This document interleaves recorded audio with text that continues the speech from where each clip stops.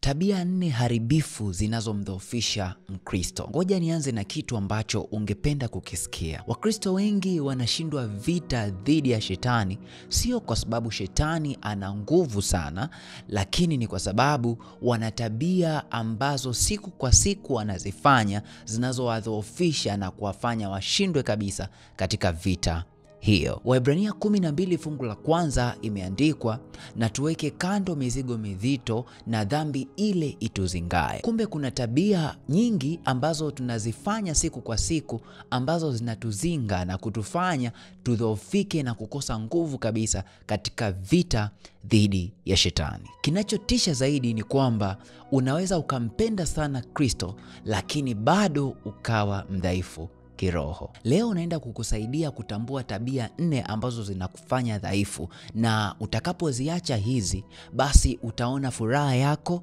imani yako kwa Kristo inarejeshwa upya, na maisha yako ya furaha yanaanza upya, na uhusiano wako na Mungu unaanza upya. Tabia ya kwanza kabisa ni kupuuzia maombi na neno la Mungu. Mathayo 26 fungu la 41, Yesu alisema, kesheni muombe msije mkaingia majaribuni, roho iradhi lakini mwili ni dhaifu. Ukweli ni kwamba Wakristo wengi sio kwamba wanaamka tu siku moja na kujikuta wamekuwa mbali na Kristo au mbali na Mungu. La hasha. Lakini wao wana mambo ambayo kila siku wanapoyafanya yanawafanya kuwa dhaifu na hatimaye kuwapoteza kabisa. Na jambo mojawapo ni kukosa muda wa maombi, lakini pia muda wa kusoma neno la Mungu. Neno la Mungu ni kama chakula.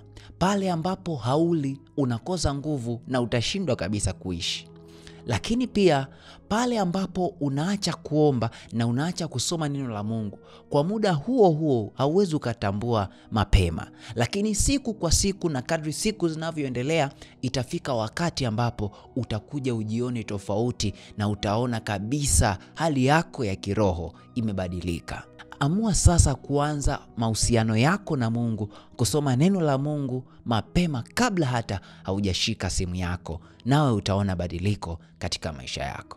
Tabia ya pili, kujilisha zaidi katika misukumo ya kidunia. Kitabu cha Warumi 12 fungu la 2 imeandikwa, wala msifuatishe namna ya dunia hii. Kama kiwango kikubwa cha kile unachokitazama, huenda katika television au huenda katika laptop yako, au kiwango kikubwa cha kile unachokiscroll katika screen ya simu yako ni mambo ya kidunia, usishangae pale ambapo unaona hali yako ya kiroho inapungua. Ushauri wangu, mara kwa mara ingia katika mfumo wa kuwa na mfungo wa siku kadhaa au hata wiki moja, ukakaa mbali kabisa na television yako, au usiwashe kabisa, au ukafunga kabisa social media zako na ukajikita katika kuweka huo muda kusogea karibu na Mungu kwa njia ya kusoma neno lake. Nawe utaona namna ambavyo badiliko linakuwa kubwa baada ya hiyo wiki au baada ya hizo siku kadhaa ambazo umejiwekea kwa ajili ya mfungo. Wewe pamoja na Mungu mzungumze pamoja. Replace Netflix kwa kusikiliza nyimbo za kiroho, kuscroll katika simu yako kwa kusikiliza Biblia au kwa kuisoma Biblia au kwa kusikiliza mahubiri. Hii itakusaidia sana kukua kikristo. Tabia ya tatu, kujitenga katika mikusanyiko ya waumini au mikusanyiko ya Kikristo. Kama ilivyoandikwa katika Waebrania 10 fungu la 25 ya kwamba msiache kukusanyika kama ilivyo desturi ya watu wengine, bali tuonyane na kuzidi kufanya hivyo. Kama ilivyo kwa mkaa, pale unapouchukua mkaa kutoka katika jiko na kuuweka nje ya jiko, mkaa ule utazima. Vivyo hivyo ndivyo ilivyo maisha yetu hata sisi wa Kristo. Pale ambapo unajitenga na unaacha kusogea katika mikusanyiko, katika jumuiya za waumini, na kujitenga ukawa mbali kabisa na wenzio, kwa kweli utazima, kwa sababu hali yako ya kiroho inazidi kukua kwa kutegemeana na hali ya watu wengine. Shetani anapenda kuwatenga waumini kwa sababu anajua pale tunapokuwa peke yetu tunakosa nguvu na tunakuwa dhaifu kabisa. Haimaanishi kwamba kwenda kanisani tu kunatosha, lakini Kwenda kanisani kuna kufanya uwe umepandwa katika kushikamanishwa na kuunganishwa kama mizizi inavyokuwa imeunganishwa na waumini wengine. Yawezekana kanisa unalosali ni kubwa sana, na haimaanishi ya kwamba kila mtu katika kanisa anatakiwa kuwa rafiki yako. La hasha, lakini unatakiwa uwe na watu kadhaa ambao wao wataweza kuongea na wewe, wataweza kukutia moyo na kukuuliza hali yako ya kiroho ikoje.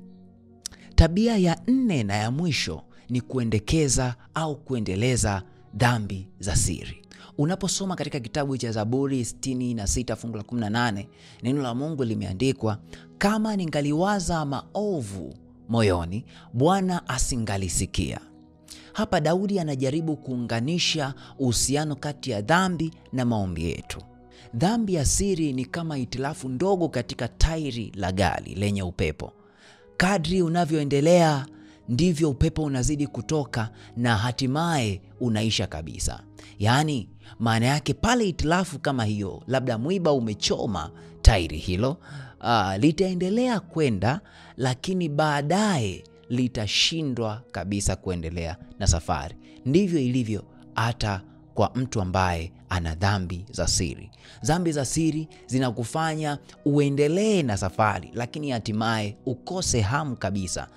Na hii inakufanya uamue kumkimbia Mungu, kama ilivyokuwa au kama ilivyotokea kwa Adam na Hawa. Wakaamua kukimbia mbali na Mungu ili wajifiche.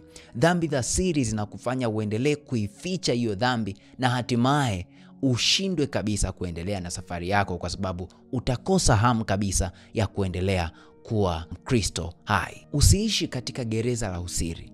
Amua leo kutubu dhambi hiyo na anza safari upya. Habari njema ni kwamba tabia zote hizi zinawezekana kuvunjika kabisa na maisha mapya yakaanza kwako. Yawezekana umeona tabia 1 au 2 au zaidi ambazo unaona kabisa ni kikwazo katika maisha yako. Ikiwa hivyo, ungana nami katika ombi hili.